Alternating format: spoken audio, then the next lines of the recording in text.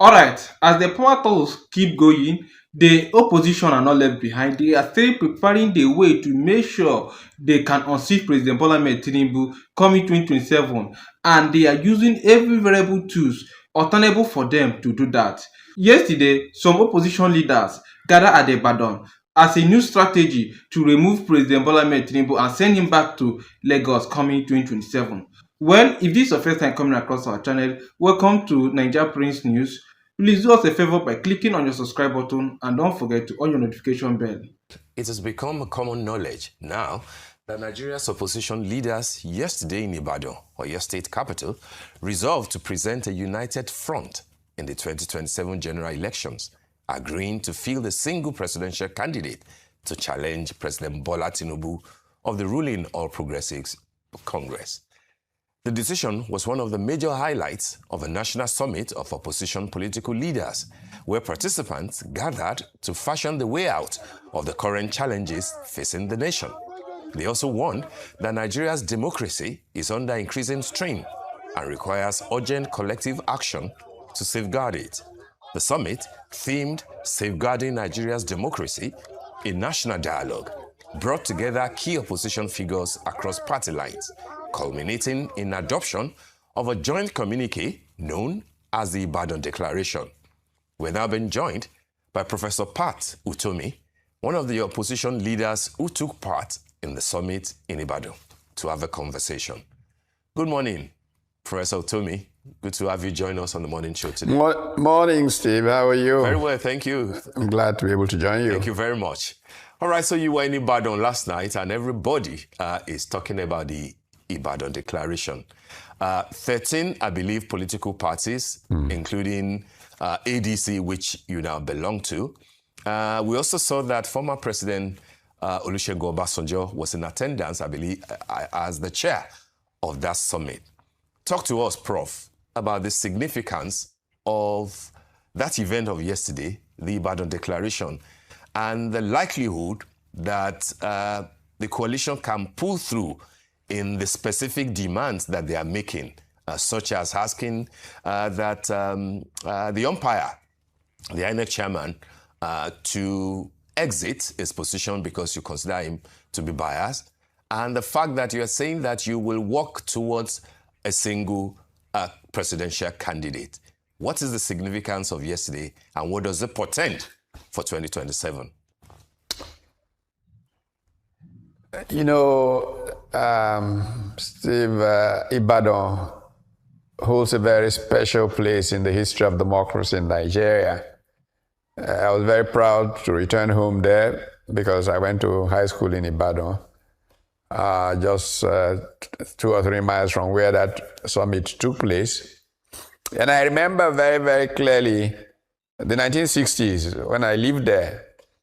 I remember the fact that, as your state governor said, Ibadan was a place where the fight for democracy saw its head.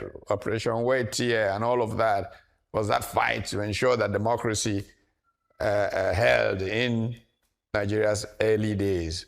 But more importantly, Ibadan was where the whole movement for self-government had its root. So it was an appropriate place to have that declaration about a commitment of opposition politicians to rescue Nigeria in the face of what seems to be creeping fascism, pressure to go into a one-party state, and all the shenanigans that have tried to disrupt multi-party democracy in Nigeria, with party activities being disrupted, the courts being used to abuse democratic processes and all of that. So it was very significant. It was symbolic to show that there are people who are willing to, lay down their egos, their ambitions, so that Nigeria may prevail, which is something that is so important to happen.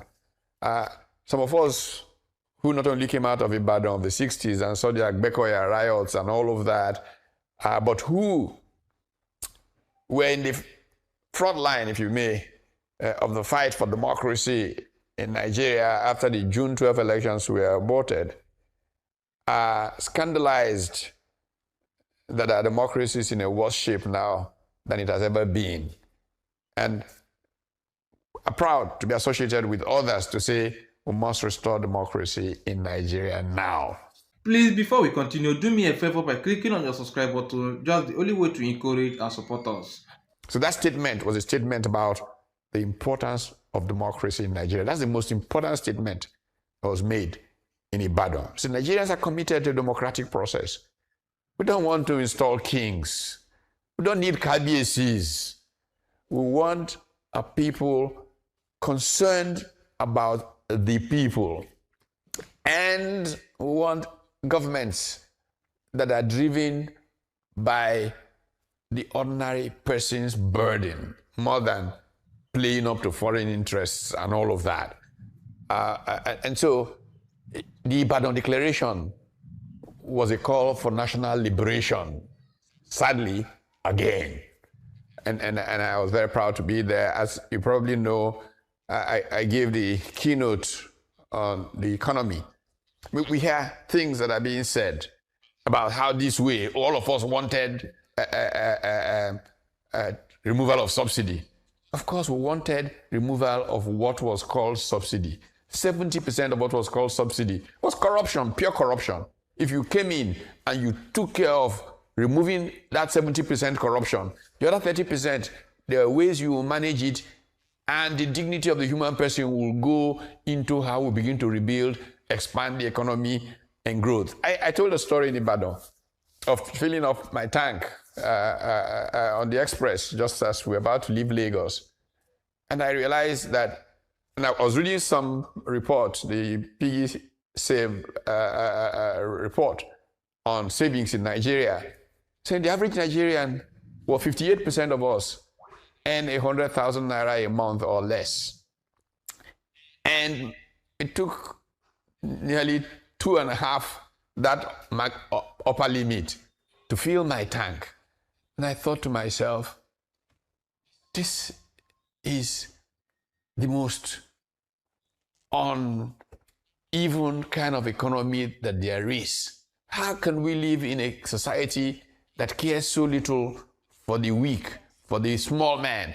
And I went to Ibadan determined, saying to people there, we must return government to the people. We must have a people-centered government that cares about the people, that does not look away and buy fancy cars and private jets and presidential jets when the people are dying. Because that's what's happening. The Nigerian people are being crushed by policies that we know don't work. I mean, Steve, I'm sure you remember, I was one of the frontline people explaining structural adjustment program. I used things like the J-curve to tell the story they're telling today again about how you see the benefits down the line. And I saw it destroy the very basis of development, our educational system, our healthcare system. And I say, how can this happen twice in my lifetime? I took time off when I saw that those Washington consensus policies were not working, to go to Asia, spend time in Indonesia, in Malaysia, in Singapore, in Hong Kong, and those places. What did we do wrong in Nigeria? It was clear to me that we had not gotten certain things right about policy. To come now and see people repeating that and telling me the same story of have hope just completely shows that we are not governing for the people. We are governing for their interests. State capture is taking over.